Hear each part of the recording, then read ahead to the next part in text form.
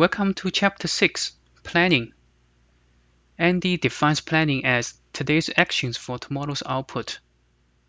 Similarly to decision making, planning is one of the major responsibilities for managers to come up with actions for the future.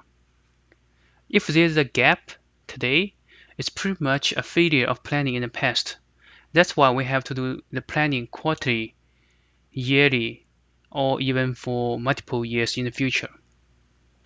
Please note that we are pretty much using Agile Scrum to execute our projects.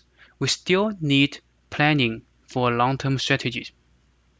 Now, what's the difference between tactics and strategy? I want to explain it in context. For example, to make our company successful, we have to do two things: continuous tactical execution for the mission-based projects and proactive strategic thinking for the long-term vision we have. I want to use software engineering as an example to understand the steps involved in the planning.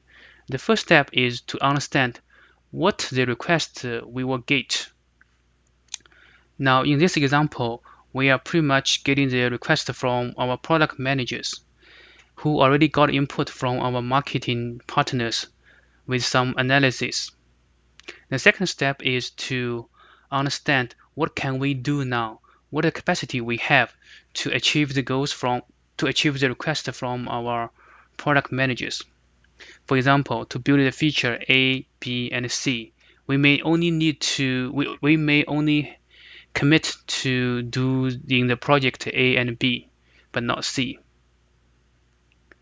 Now the third step is to understand what are the gaps and what shall we do to close the gaps. For example, if we don't have enough resources, we might ask the managers to give us more resources, or we have to drop off the features or projects we cannot build. Also, if there's a dependency, we have to get alignment from our partners or peer groups.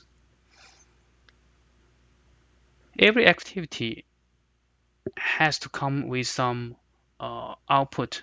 Same for planning. Planning output pretty much the decisions made and actions to be taken. That is called OKRs.